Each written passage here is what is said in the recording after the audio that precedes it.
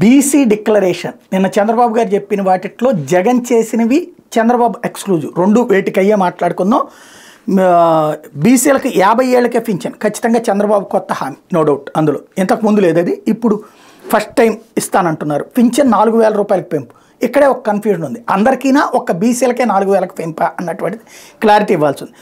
SC ST atrocity act తరహాలో బీసీలకు ప్రత్యేక రక్షణ చట్టం, ఇది ఎవరు చేయలేరు, చేయొచ్చు, చేసినా ఏమని పెడతారు, ఎస్సీ ఎస్టీలకు వచ్చేటప్పటికి కులదూషణ అన్నటువంటి, బీసీల దానికి సంబంధించి కులదూషణ అన్నటువంటిది ఏముంటుంది అక్కడ, కుల ప్రాతిపదికన ఇక్కడ ఆ కులం వాళ్ళ మీదన కేసులు అనేటువంటిది అంటూ ఒక విచిత్రమైనట్టు. సరే, అది ఏదో ఒక ఫీలింగ్ క్రియేట్ చేయడానికి కాబట్టి ఒక ఆస్పెక్ట్. లేకపోతే రాష్ట్ర పరిధిలోని కార్పొరేషన్లో బీసీలకు 34% నామినేటెడ్ పదం, ఇది ఆల్రెడీ జగన్ ఇచ్చేసాడు కదా. ఎస్సీ ఎస్టీ బీసీలకు కలిపి 50% ఇచ్చేశాడు కదా పదవులు, కానీ ఇక్కడ ఈయన ఇస్తామంటారు. అట్లాగే చట్టసభల్లో బీసీలకు 33% రిజర్వేషన్లకే తీర్మానించి కేంద్రానికి ప్రతిపాదన. ఆల్రెడీ వైఎస్ఆర్ కాంగ్రెస్ పార్టీ రాజ్యసభలో బిల్లు కూడా పెట్టింది, ఆంధ్రప్రదేశ్లోనూ మాట్లాడింది, రాజ్యసభలో బిల్లు కూడా పెట్టింది 33% రిజర్వేషన్లు. కృష్ణయ్య గొడవ చేస్తుంది కూడా అదే. ఇవాళ వీళ్ళు కూడా ప్రతిపాదిస్తామని చెప్తున్నారు. లేకపోతే మైనార్టీ బీసీలకు కోఆప్టెడ్ సభ్యులుగా రాజకీయ పదవులు, ఇది ఆల్రెడీ జగన్ ఇచ్చేసిందే కదా, ఇప్పుడు మేము కూడా ఇస్తామంటారు. 10,000 కోట్లతో నిధి ఏర్పాటు చేసి బీసీ యువతకు స్వయం ఉపాధి, ఇది ఆల్రెడీ ఇప్పుడు స్వయం ఉపాధి పథకాలు వస్తూనే ఉన్నాయి కార్పొరేషన్ల ద్వారా.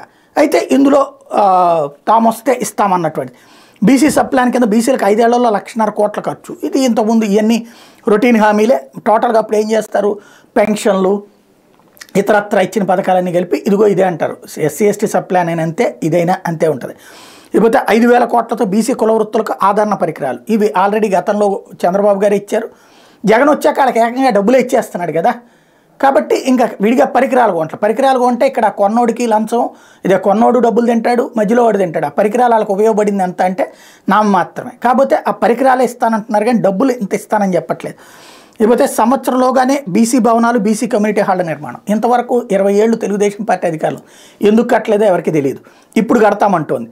విద్యా పథకాలన్నీ పునరుద్ధరణ, ఇది ఖచ్చితంగా చెప్పచ్చు, ఎందుకంటే ఏదో విదేశీ విద్య లాంటి వాటిని జగన్ ఆపాడు అన్నట్టు. జగన్ ఏం చేస్తున్నాడు, అక్కడ ర్యాంకులు వచ్చిన వాళ్ళకి ఇస్తున్నాడు, ఇక్కడ వీళ్ళు కొంతమందికి ఇచ్చారు, అది ఎలక్షన్స్ ముందు, ఇప్పుడు పూర్తిగా ఇస్తామంటున్నారు. అది ఎంతవరకు అనేది చూడాలి. పీజీకి ఫీజు రియంబర్స్మెంట్, విదేశీ విద్యాములు, ఇది మంచి పాయింట్. ఎందుకంటే ఇదివరకు రాజశేఖర టైంలో పీజీ దాకా కూడా ఫీజు రియంబర్స్మెంట్ ఉండేది, చంద్రబాబు నాయుడు కూడా కొనసాగించారు, జగన్ తీసేశాడు పీజీ ఫీజు రియంబర్స్మెంట్.